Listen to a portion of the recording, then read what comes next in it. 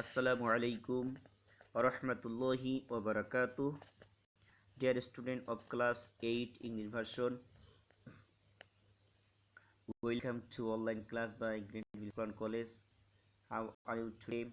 I hope that you are very well by the grace of Almighty Allah. I am also fine. Now I will discuss today's lecture, today's topic, today's topic, chapter 5, lesson 4 and lesson 5 lesson 4 about the great prophet Hazrat Muhammad Mustafa sallallahu alaihi wasallam lifestyle, and lesson 5 about the life of Hazrat Aisha Siddiqa radhiyallahu ta'ala anha. So dear student, I am requesting you, please listen to me what I say. First of all, the identity of Hazrat Muhammad sallallahu alaihi wasallam, the Hudaybiyah treaty. Okay, in the Medina, Hazrat Muhammad sallallahu alaihi wasallam established an Islamic republic. During his stay at Medina, he missed his motherland Makkah very much. So, in the sixth year of history, he accompanied by 14th and 14th 1400 followers set out for Makkah to visit Baitullah, but they confronted hindrance at Hudaybiyah, a place close to Makkah. Then a treaty was signed between the Muslim and the non-believers, or that means kafir. It is noted in history as Hudaybiyah Treaty. In the Holy Quran, it is mentioned as Fath Mubin. Okay, first para, the introduction point, but the identity of Hudaybiyah Treaty. What is called Hudaybiyah Treaty? Already we have understood this question answer. Now we'll discuss the background behind the victory over Makkah. Victory over Makkah origin. Just you know that through the Treaty of Hudaybiyah, the Muslims were acknowledged as an individual and powerful nation by the Quraysh. It was mentioned in the treaty that all kinds of wars would remain suspended for a long 10 years. Under the conditions of the Treaty of Hudaybiyah, the Banu Khuza of Arab signed a peace agreement with the great Prophet Hazrat Muhammad sallallahu alaihi wasallam, and Banu Bakr signed a treaty with Quraysh. By violating the terms of the Treaty of Hudaybiyah, Banu Bakr, in collusion with the Quraysh, started hatching a conspiracy, and one night attacked the Banu Khuza that was associated with a friendly treaty with the great Prophet Hazrat Muhammad sallallahu alaihi wasallam. As a result, some person of Banu Khuza tribe were killed and many others were injured. The people of Banu Khuza informed the great Prophet Hazrat Muhammad sallallahu alaihi wasallam of the matter. They asked for his help. The great Prophet Hazrat Muhammad sallallahu alaihi wasallam could not but extended his help in terms of treaty. By sending a messenger, he asked for the answer behind the main incident. He asked them first, compensate the Khuza tribe or withdraw your treaty of by Banu Bakr. Number 3, cancel the treaty of Hudaybiyah. Okay, the Quraysh chose the last and cancel the treaty of Hudaybiyah. That means 3 points, last points, the Quraysh chose the last and cancel the treaty of Hudaybiyah. Consequently, there remained no more obligation of the Treaty of Hudaybiyah. Later on, the Quraysh could realize the significance of the matter. Then they sent Abu Sufyan to Medina for uh, reconciliation, but this time he came back disappointed without a success. With on the other hand, the great Prophet Hazrat Muhammad sallallahu alaihi wasallam started taking preparation to set up for Makkah. Okay. Now we'll discuss the victory over Makkah. That means how um, how how is will be the how will be the gained victory of Makkah. I will discuss about this point.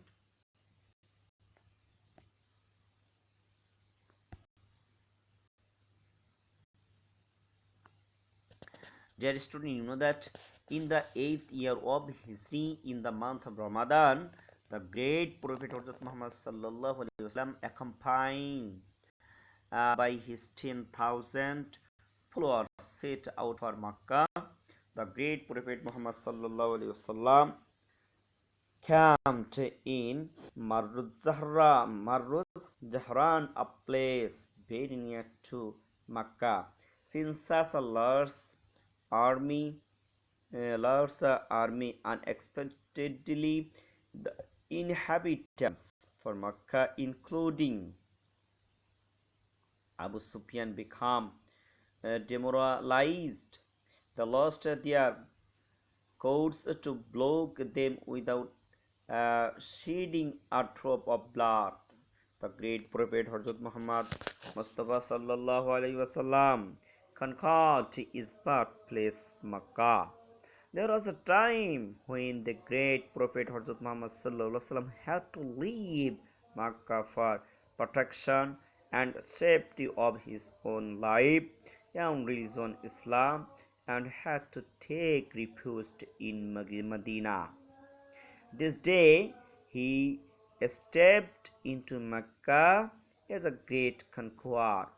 World surrendered to him. He was the only ruler of Mecca. Truth gained victory over falsehood. Today or tomorrow, the journey, the path of righteousness must lead us to the victory. Okay, I hope that you have understood this point, the victory of Makkah. Okay, now I will discuss the great Prophet Sallallahu Alaihi Wasallam benevolence. Dear student, you know that the Prophet Muhammad Sallallahu Alaihi Wasallam was the great Prophet's benevolence uh, all over the world in hereafter. Okay, the Meccans who were once determined to kill the great Prophet Hazrat Muhammad Sallallahu Alaihi Wasallam stood very miserably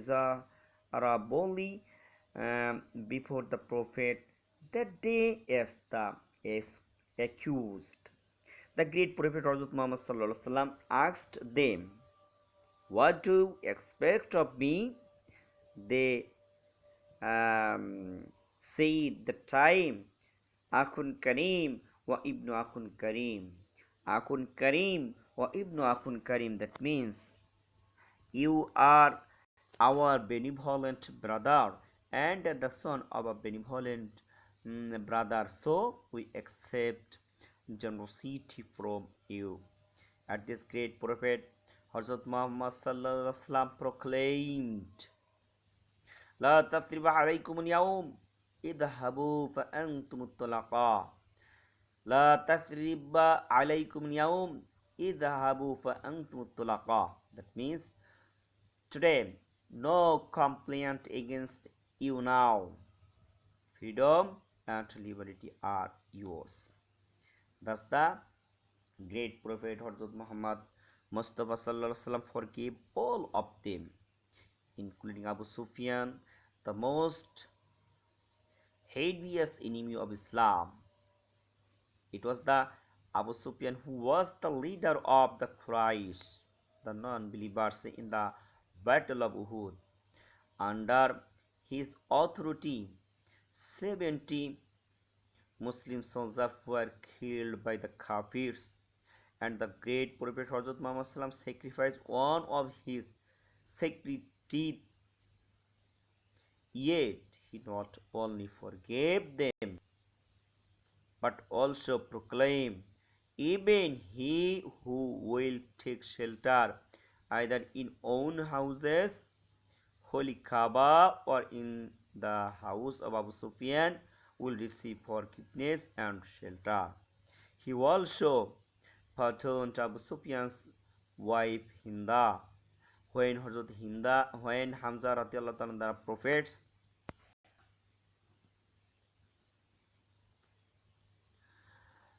Hazrat Hamza radiallahu anhu, the prophet's dearest uncle, embarrassed his heroic death, it was Hinda who was out of hatred and enmity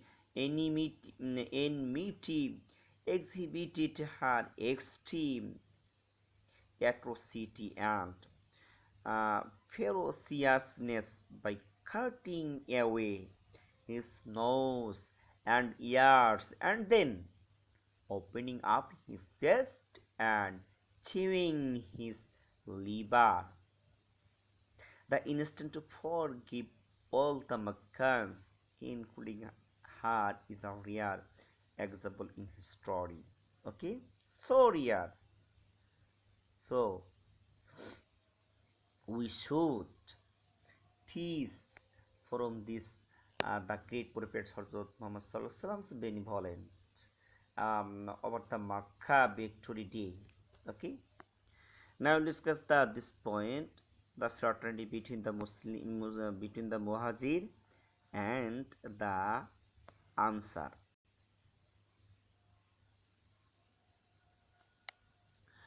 They are studying, that the great Prophet Muhammad paved a bridge of fraternity between the Muhajir coming from Mecca and the Ansars living in Medina to maintain brotherhood. The great Prophet Muhammad made the mosque a meeting place. This relationship of fraternity did not prevail only outwardly. Rather, the Muhajir was made heir of the Ansar's property. When he at Hazrat Anas ibn Malik's house established the treaty of brotherhood. Total 90 followers who were present there. The half of them were the Muhajir and the other half of the Ansar. The right of the Muhajir on the property is here sustained till the war of Badr. Without being related by birth, such a relation of brotherhood rarely prevails in the human history. Okay. Now we'll discuss the sermon on the occasion of the farewell Hajj. This is important. The teaching of the sermon on occasion of the farewell Hajj is very important. So please listen to me. With the revelation of Surah An-Nasr, Hazrat Muhammad sallallahu alaihi wasallam realized that he was near to death.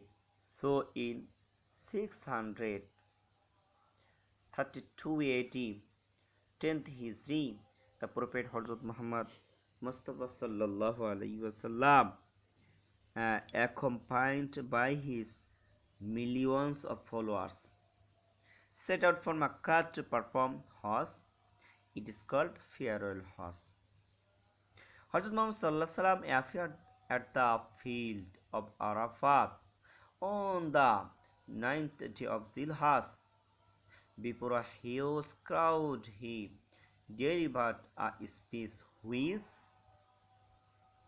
is known as the Sermon of the Farewell Horse. In this celebrated sermon, he emphasized all kinds of responsibilities from personal to national life, transaction, interrelationship, and rights, etc.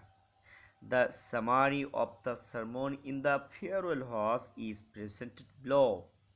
Standing, Prophet Muhammad is standing on the high hill at Jabal Rahmat near the Arafat. And the great Prophet Hazrat Muhammad sallallahu alaihi wasallam first praised Allah and then started. Number one, oh mankind, listen attentively to what I say now to you. I do not know whether I will be destined again to meet you all in this field in the coming year. Okay. Number two, as this day, this spot, and this month are holy to you, in the same way are your lives and properties you pure to one another. Number two, teaching. Remember, a day will come when every one of you must appear before Allah. Everyone must give an account of his own deeds at the hour. Number four, O ye believers, then treat your wives gently as you have rights over them, they have also the same rights over them. Number five, always protect the trusty property of others and abstain from committing sins and living on usury. Number six, never equate Allah with something or somebody, and never kill each other illegally.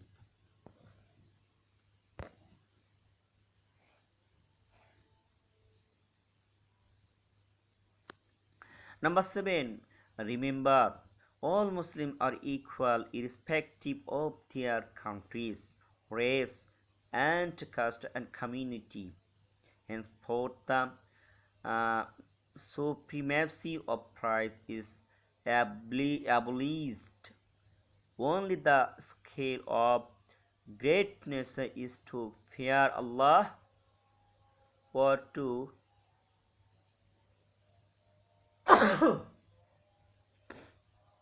what to accomplish good deeds. The person who achieves greatness by doing good deeds is the best. Number 8, don't cross limit regarding religion. It has destroyed many nations before. Never disobey the slave who has become the leader by his oath. Rather, I'll be loyal to him. Number 9, behave politely with your slaves. Give them to eat and wear what you eat and wear. If there happen to cause any unpardonable wrong, set them free and never behave with them rudely, because they are human beings like you. They are also Allah's created beings. All Muslims are brothers to one another, and you belong to the same brotherhood. Okay. Number 10, world offense and superstitions of the days of ignorance and declared void, and taking revenge for murder of that period is prohibited. For your guidance, uh, I am leaving behind two things in order to guide you. The first one is the Holy Quran, and the text one is the Hadith. As long as you hold fast to these, you shall never go astray. 11. I am your last prophet, and no prophet will come again. Last point. 12. It is you who are now present shall carry my message to all those who are now absent. Okay.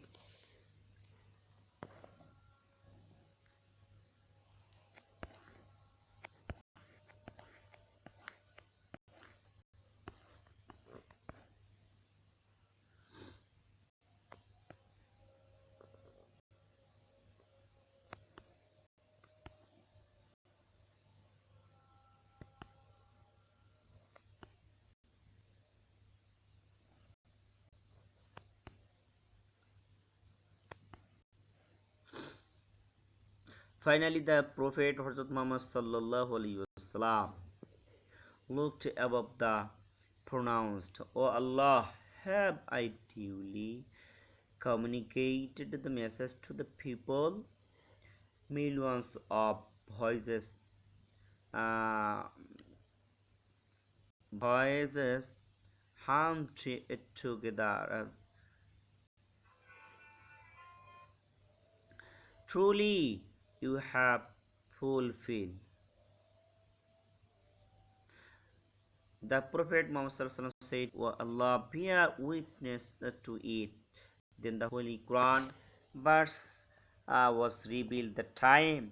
Al-yawma akmaltu lakum dinakum wa atmamtu alaykum ni'mati wa raditu lakumul islama dina. That means today for you I have perfected your religion, completed my favor upon you. I have chosen Islam as a complete code of living for you. Surah Al-Ma'idah ayat number 3. Then the great Prophet Muhammad paused for a while and assembled Muslim as well. Afterwards, with a sympathetic look, he uttered, Al-Bida, Al-Bida, Al-Bida, farewell, and a known feeling of separation overwhelmed everyone. After a few days of his returning from the farewell Hajj, the great Prophet Muhammad sallallahu alaihi wasallam he fell ill. Finally, he passed away on 11 Hijri of Rabiul Awal on Monday, 7 June 632 at the age of 63. Okay, so dear student, that's all today's topic. May Allah bless you. Thank you all. Thank you very much. MD Muhammad Masood Rahman.